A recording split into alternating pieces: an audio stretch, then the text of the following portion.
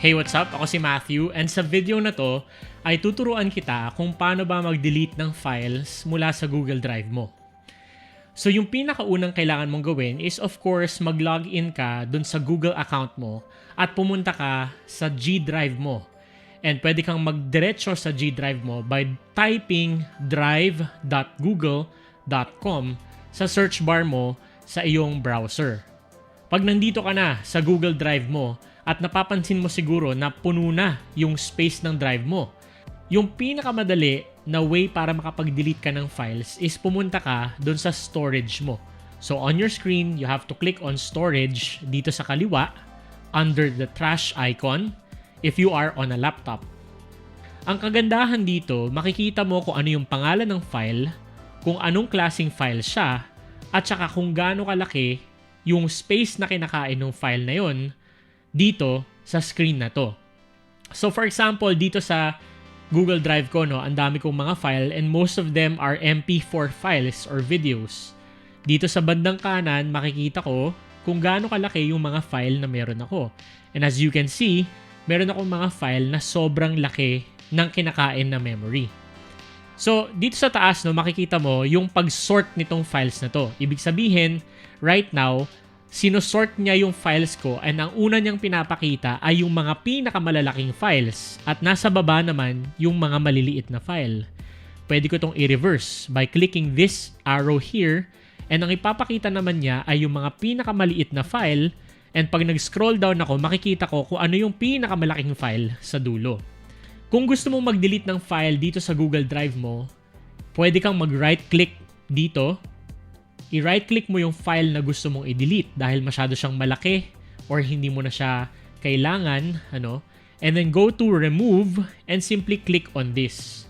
Pag click mo yan, merong lalabas na pop-out na magtatanong sa'yo kung gusto mong i-move sa trash mo yung file na yon. Simply click on move to trash and that will automatically transfer to your trash folder sa Google Drive mo. Punta tayo sa trash folder. Now, para ma-access mo yung trash folder mo, pumunta ka dito sa kaliwa and you click on trash. If you click on trash, makikita mo yung mga files na dinelete mo or ni-remove mo. Kailangan tong function na to kasi baka mamaya meron kang ma-delete na automatically tapos kailangan mo pala yung file na yun.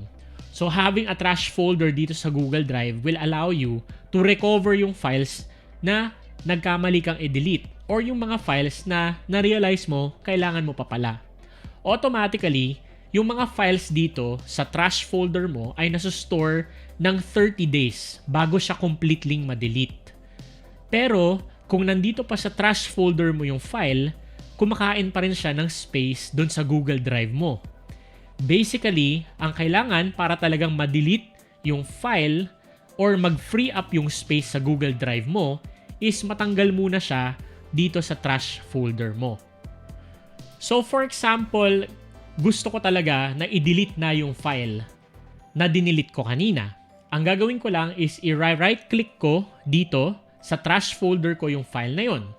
Bibigyan ako ni Google ng options, either to restore the file or to delete the file forever. Pagka-click ko yung restore, babalik lang yung file kung saan siya galing. Depende kung saan nakalagay yung file na yon sa Google Drive mo.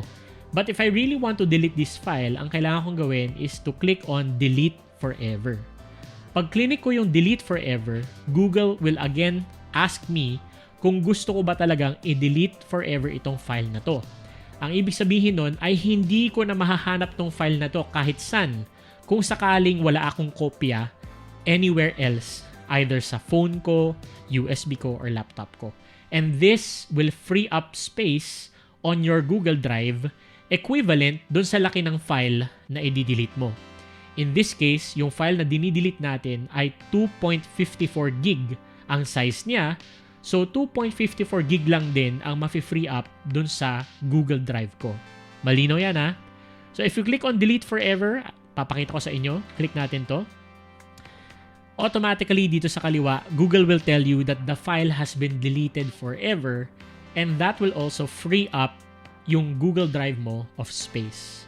maaaring mag-take ng time para maging effective siya or mag-reflect siya dito sa drive mo.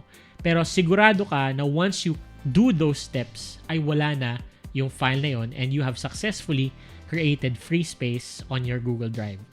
I-like mo tong video na to at mag-follow and subscribe ka rin para hindi ka makamiss ng mga tutorial na ilalagay natin dito sa channel. See you in the next episode. God bless.